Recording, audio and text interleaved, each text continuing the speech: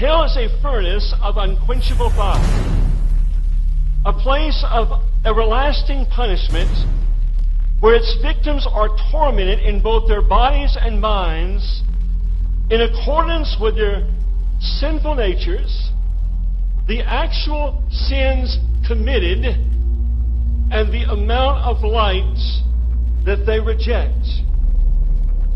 Hell is a place for which God's wrath is revealed as a terrifying, consuming fire, and men live with unfulfilled lust and desires in torment forever and ever.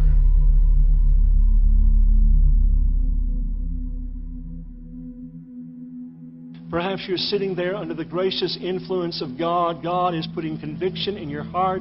This is the goodness of God seeking to lead you to repentance. And here is what God says you must do to flee from the wrath to come. Number one, be afraid, first of all, because the wrath of God abides on you. Listen to the text, John 3 and verse 36. He that believeth on the Son hath everlasting life, and he that believeth not the Son shall not see life, but the wrath. The word there means the violent passion of God abideth on him. You know, every lost sinner that lives outside of divine protection, as only given through Christ today, has abiding, resting upon them, the wrath of God.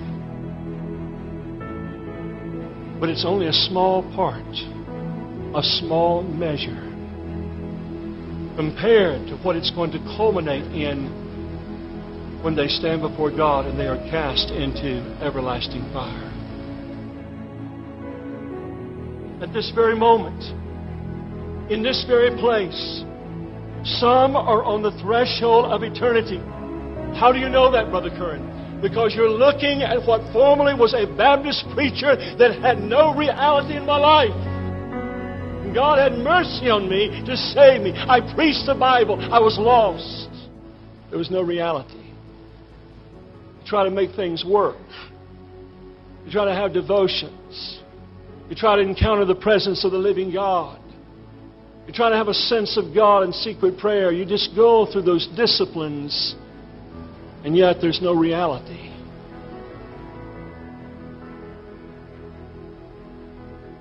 And here's probably the greatest evidence that you're outside of Christ, and the fact you have no power to overcome sin. Can you overcome sin? Or are you still living in the muck and mire of internet pornography?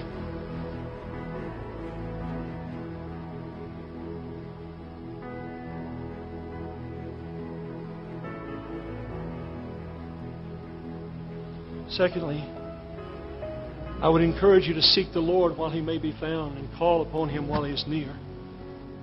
Isaiah chapter 55. Listen, friend, that admonition presupposes that there can come a time where you'll seek the Lord, but He will not be found. If God's dealing with you, if there's conviction, if there's brokenness, if there's an understanding of your sin, fly to Christ. Look to Christ. Eric Alexander said the real horror of being outside of Christ is that there is no shelter from the wrath of God. No shelter. Thirdly, abandon all hope of saving yourself. Abandon all hope of saving yourself. Attempting to be moral and live up to these standards that you've heard in these days without the power of grace resident in your heart will only aggravate sin and increase your apostasy.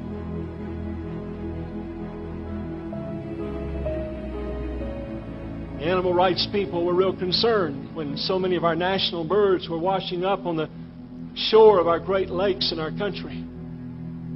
The bald eagle. So they began to closely investigate why these birds were dying the way they were.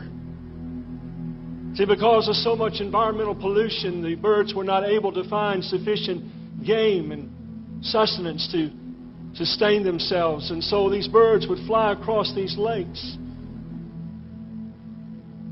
And those monarchs of the sky would have those wings spread out, and flying just above the surface of the lake, they could see a pickerel or a pike. And suddenly they would draw those massive wings as they would soar upward. They would draw them to their side, and then they would dive toward the water, and they would penetrate the surface of the water like a bullet, and then they would spread those big talons out, and they would grab that large fish and make their way in a struggle to the surface of that water once again, and then spread out those wings and take their flight with that fish in their clutches. Only problem was, many times the fish was so large, and the eagle was so far from shore,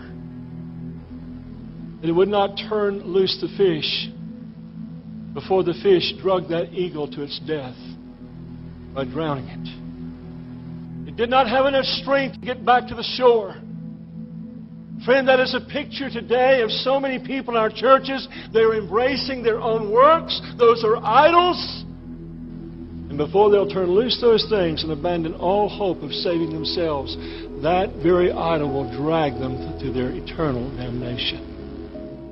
Believe on Christ at once. Believe on Christ at once. You say that's too simple. You want to know why it's so simple? Spurgeon said, the reason God has made it so simple, come unto me, all ye that labor and are heavy laden, and I will give you rest. All that come unto me, I will in no wise cast out. Why has God made it so simple? To annihilate the pride of man. Because man always wants to take a little credit, a little glory in what he's done. I prayed the prayer. I walked an aisle. I made a decision. No, friend, it's all of grace. It's all of grace. You believe on Christ at once, brethren. Listen to the words of the Scottish minister Robert Murray McShane. He said, the present is your only time to be saved. There is no believing, nor repenting, nor conversion in the grave. No minister will speak to you there. This is the time of your conversion.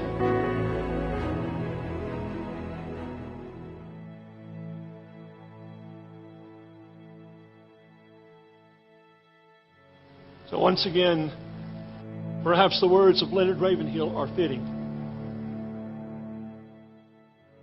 He said, if they sing, worthy is the Lamb in heaven, in hell they will sing, the harvest is past, the summer is ended, and we are not saved.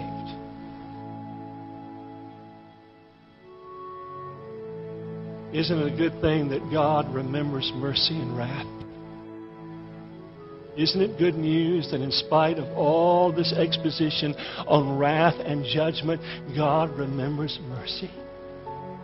You say, well, I just don't feel it right now.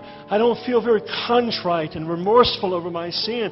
Listen, friend, if God has given you understanding, I want to use a term that Spurgeon coined, duty faith. You leave whatever is keeping you from Christ and come to Him, and I can assure you, He will show Himself strong on your behalf and save you to the uttermost.